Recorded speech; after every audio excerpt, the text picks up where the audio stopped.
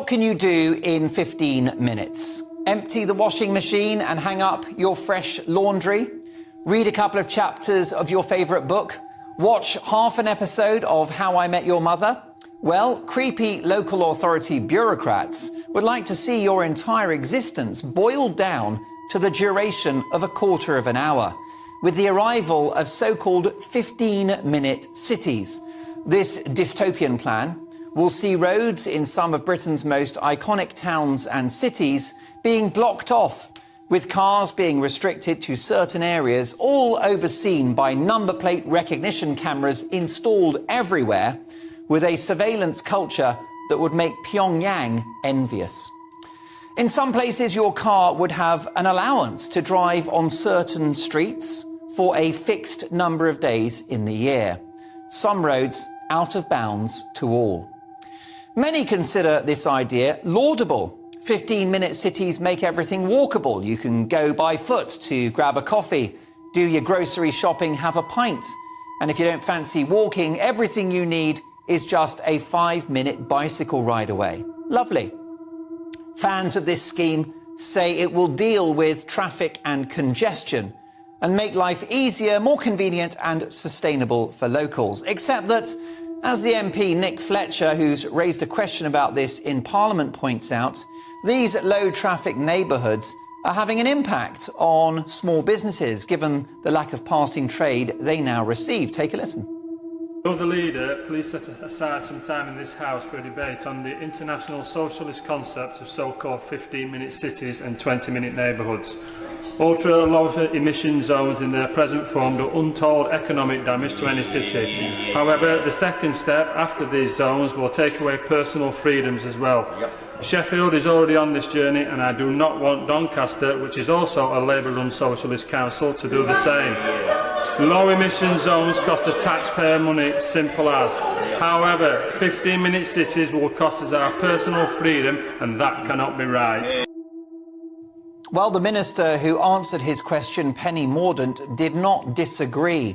So projects like ultra-low emission zones in central London and other British cities is arguably impacting enterprise and is most certainly curtailing our way of life. The Telegraph today report that a low-traffic neighbourhood scheme in Haringey in North London has blocked off certain residential streets with cameras or planters to stop motor traffic using the neighbourhood as a through route. The council defended its actions, saying it aims to make it safer and easier to walk, wheel, scoot, cycle and shop locally.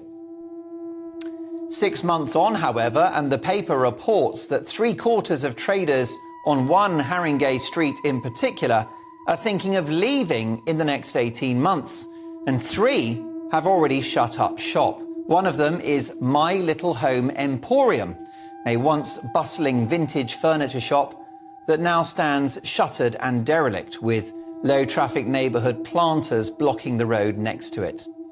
Now, some people characterise these 15-minute cities as an effective climate lockdown. Now, I think that's strong language and potentially misleading. I'm not sure that's what they are. Clean air looks to be a big motivating factor, and who doesn't want that? But it's clear that this policy, which local authorities argue will also help get carbon emissions down, is an unprecedented assault on how we go about living our lives, allowing the state to control your movements by car. It genuinely feels like a policy that would happen in mainland China, not Sheffield, Canterbury, Bristol, or that great seat of Western Enlightenment, Oxford. How shameful that any of this should happen in Britain, the home of liberal democracy, the home of free speech, the home of individual self-determination. People aren't stupid. Most people don't use cars unnecessarily. They get behind the wheel when they need to get somewhere, perhaps taking others with them, dropping the kids off to school, or a builder with colleagues in the back, or taking tools to a job. During the pandemic, when the likes of myself and others warned that we were setting a precedent, allowing the state to encroach so much on our lives, controlling our movements to stop COVID, we were labelled mad conspiracy theorists.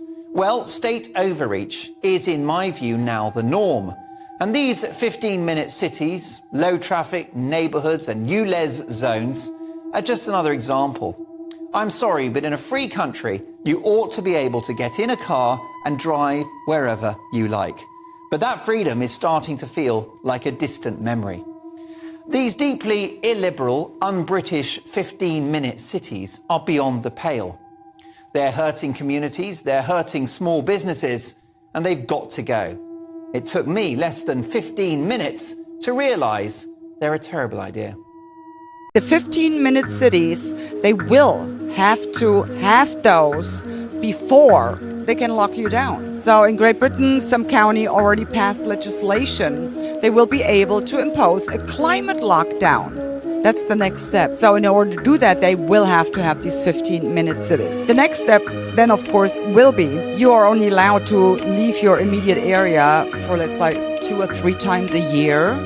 So, but there's other people that may have more money and they can actually buy your passings off of you. So guess what? The poor people will be left in these 15-minute neighborhoods, while the ones that are better off get to go wherever they want to go. If I wanted to get total control of the people, that's exactly where and how I would house them. And then having them on a 3 meals a day prescription. Well, guess what will happen if you do not do as you are told? They will probably cancel that. It's so easy. It will be a complete impoverishment and enslavement of all the people.